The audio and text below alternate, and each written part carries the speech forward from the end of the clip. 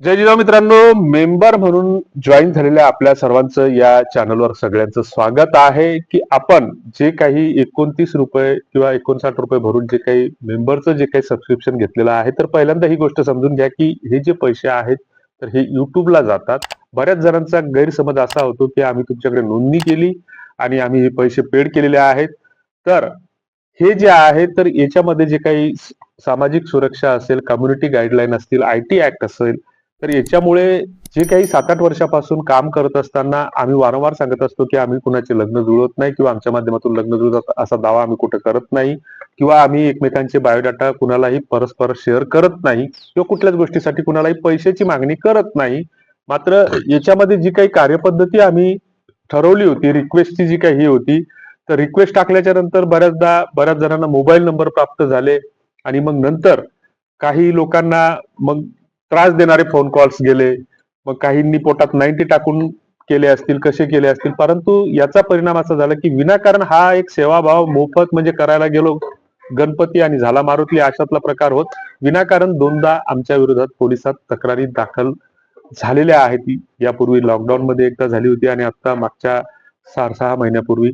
आणि मग ह्या गोष्टी फेस करताना विनाकारण त्रास होतो आणि मग कुठेतरी मग जी काही समाजामध्ये आपल्या चांगली काम करणारी माणसं असतात तर ती कुठं आम्ही चांगलं आहोत असं आम्ही अजिबात म्हणणार नाही, परंतु जी काही असतात चांगली की जसा आपला पारंपरिक मध्यस्थ होता लग्न जुळवणारा, तर तो जेवला का खावला का आपण त्याला कधी लग्न कार्यात विचारलं नाही, त्याला कधी मान दिला नाही. तिथं राजकारणी लोकांचे सत्कार करत बसलो आणि ज्यावेळेस पोरगा दारू प्यायला शिकला किंवा पोरगी भांडकुदळ निघली तर यानंच केलं, याच बारबाप्यानं केलं म्हणून त्याच्या नावानं आपण बोटं मोडत त्याच्या घरावर दगड फेकत राहिलो, त्याचा गळा दाबून आपण त्याला मारून टाकलं, ही एक वास्तविकता आहे.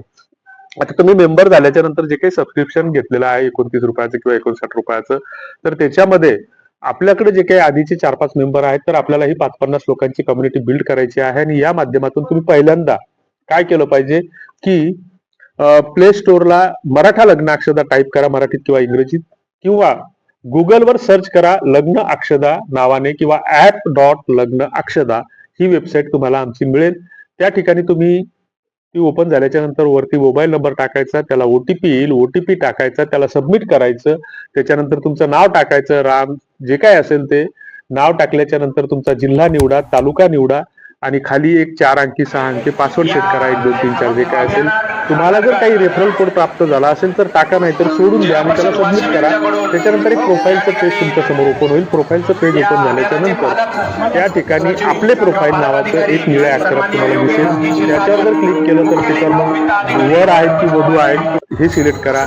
तुमची उपजात आहे, तुमचं नाव आहे, तुमचा मोबाईल नंबर आहे, तुमचं शिक्षण आहे, तुमची जन्मतारीख आहे, उंची आहे, इतर तुम्हाला नातेवाईकाची नावं लिहायची असतील तर ती लिहा. आणि सगळ्यात महत्वाची गोष्ट, ह्या छोट्या छोट्या फील्ड भरल्याच्या नंतर तुम्ही जो काही कौटुंबिक माहितीचा एक बॉक्स आहे तर त्याच्यामध्ये एक व्यवस्थित माहिती लिहा. अर्धवट माहितीच्या आधारे लग्न जुळत नसतात. तिथं लिहा की माझ्या कुटुंबामध्ये एकूण 5 सदस्य आहेत, माझ्या आई वडील आहेत ते थकलेले आहेत, काहीच काम करत नाहीत, भाऊ माझा एकत्रच राहतो, भावाची पत्नी आहे, माझं लग्न अजून व्हायचं आहे, आमच्याकडे 3.5 एकर शेती आहे, दोघात 2.25 एकर येते, त्याच्यानंतर भाऊ हा व्यवसाय करतो, मी आमका व्यवसाय करतो, असं सगळ्यांचं मिळून आम्हाला कुटुंबात 42,000 45,000 उत्पन्न येते, आमच्यात कोणी व्यसनी निर्व्यसनी नाही. हे जे काय लिहायचं, व्यसनी नाही असं लिहा, काय जे असेल ते लिहा. ते सगळं लिहिल्याच्या नंतर खाली जे काही 3 फोटोचे ऑप्शन दिसतात तर त्या 3 फोटोवर क्लिक करून पहिल्यांदा तुमचा एक सुंदरसा फोटो मुलांच्या बाबतीत, दुसऱ्या फोटोच्या ठिकाणी बायोडाटा तुमच्या व्यवसायाचा फोटो टाका किंवा घराचा फोटो टाका. त्याच्यानंतर खाली जे आहे तर ओळखपत्र कंपल्सरी आहे, ओळखपत्र हे मॅन्डेटरी आहे. ओळखपत्राशिवाय तुमचे मेंबर जरी झाले तरी ओळखपत्राशिवाय आम्ही कुणालाच त्याच्याबद्दल सहकार्य मदत करत नाही, कारण याचे आम्हाला अनेक वाईट अनुभव आलेले आहेत. त्याच्यानंतर छोटासा एक टर्म्स अँड कंडिशनचा टिक बॉक्स क्लिक करून तुम्ही त्याला सबमिट करू शकता. सबमिट केल्याच्या नंतर तुम्हाला 1 दिवसात, 2 दिवसात, 24 तासात, 48 तासात एक मेसेज येतो की तुमची प्रोफाईल व्हेरीफाय झाली. व्हेरीफाय झाल्याच्या नंतर मग तुम्ही त्या ठिकाणी जे काय असलेल्या सगळ्या प्रोफाईल तुम्ही पाहू शकता. दुसरीकडे ज्यावेळेस तुम्हाला मेंबरसाठीचा जो काही व्हिडिओ प्रसिद्ध करतो तर आम्ही जे काही बायोडाटा किंवा आमच्याकडे जी काही स्थळं येतात, बरीच स्थळं अशी असतात किंवा आमची मुलगी आहे, घटस्फोट झाला तिचा आणि हिच्यासाठी स्थळ पाहिजे, मग आम्ही म्हणतो की बाबा तिचा बायोडाटा टाका. बऱ्याच जणांनी बायोडाटा बनवलेला नसतो आणि मग ते काय करतात की त्यांच्याकडे बनवलेला असलेला बायोडाटा आमच्यापर्यंत टाकतात, मात्र आम्हाला तीनदा आवर्जून सांगतात की हा बायोडाटा कुठे ग्रुपवर टाकू नका, मात्र आम्हाला अमक्या अमक्या भागातला अमक्या अमक्या असं याचं स्थळ पाहिजे असं ते सुचवतात. मग सुचवल्याच्या नंतर मागच्या 2 महिन्याच्या आधी आम्हाला एक पुणे भागातला एक बायोडाटा आला. मुलीचा मामा होता, म्हणत मुलीला वडील नाहीत, बहीण आहे माझी, तिची मुलं आहेत करती आणि मामा म्हणून मीच याची जबाबदारी पार पाडतो आहोत. तुमच्याकडे जर एखादं स्थळ असेल तर सुचवा, मात्र आम्हाला या पुणेच्या या भागातलंच पाहिजे, त्याच्याकडे स्वतःच फक्त घर राहायची व्यवस्था असली पाहिजे. त्यांनी पुणे विभागातला आम्हाला ते काही लोकेशन सांगितले, त्या लोकेशन मधलं स्थळ असल्यास उत्तम. आणि त्याच्यामध्ये बाकीचं त्यांचं काहीच नव्हतं. मुलींचा फोटो वगैरे टाकला आम्ही, तो त्याचा एक व्हिडिओ प्रसिद्ध केला आणि त्याच्यावर एक आम्ही खाली लिंक दिली. त्या लिंकवर जवळपास त्या भागातले आम्हाला 15-20 बायोडाटे आले. 15-20 बायोडाटे आल्याच्या नंतर त्या मामाकडे आम्ही ऍज इट इज पाठवले. पाठवल्याच्या नंतर त्यांची ती जी काय असेल ती प्रक्रिया चाचपणी सुरू झाली आणि सुरू झाल्याच्या नंतर त्यांचाच पुन्हा 1-1.5 महिन्यानं फोन आला की ते झालं. मग आम्ही साधंच लग्न केलं आणि त्याच्यामध्ये आमच्याच एक कापसातला निघला होता तुम्ही पाठवलेल्या बायोडाटापैकी. म्हणजे बऱ्याचदा असं होतं की आपल्या मागच्या गल्लीतल्या मुलगी किंवा मुलगा लग्नाचा असतो आणि आपल्याला माहित नसतं कुणाचं लग्न करायचं, काय करायचं. आणि मग ते काय होतं की एखाद्या ग्रुपवर किंवा एखाद्या माध्यमातून जर तो समोर आला तर त्याच्यात ती माहिती होती आपल्याला की अरे या मुलाचं मुलीचं लग्न करायचं. आपण विचारतो की अपेक्षा काय. तर अशी ही पद्धती आहे.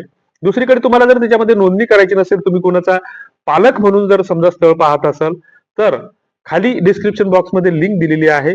त्या माध्यमातून तुमचा आमच्याशी डायरेक्ट संपर्क होईल आणि आम्ही काय करू की तुमचा नंबर सेव्ह करू ऍज अ मेंबर म्हणून.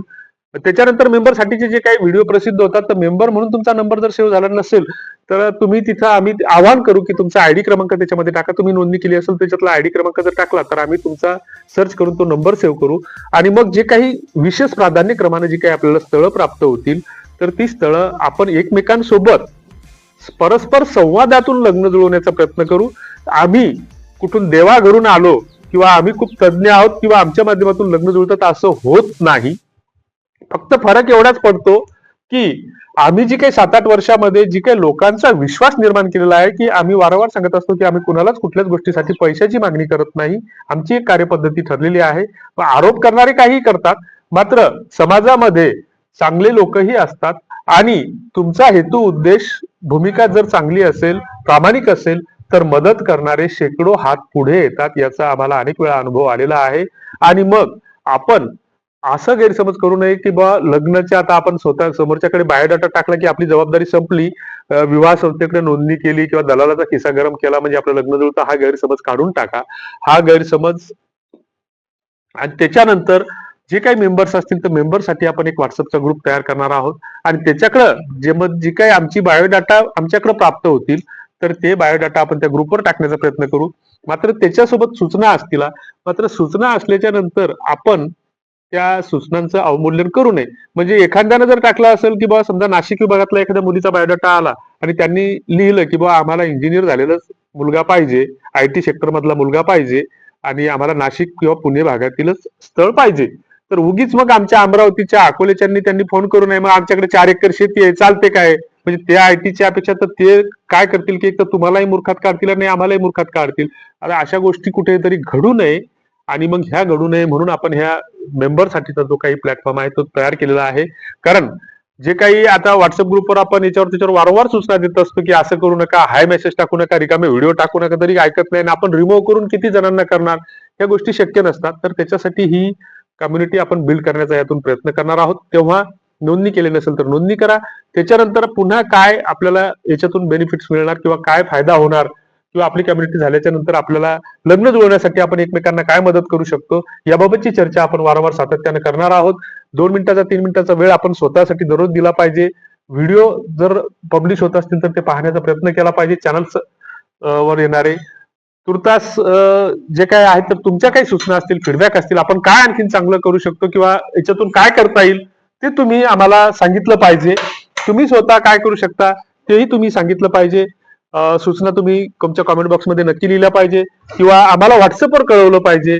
मात्र काय होते बऱ्याचदा की आपण बऱ्याचदा काही आमच्याकडून अपेक्षा व्यक्त करतात किंवा असं केलं पाहिजे, मग हे ते असं तर सांगतात.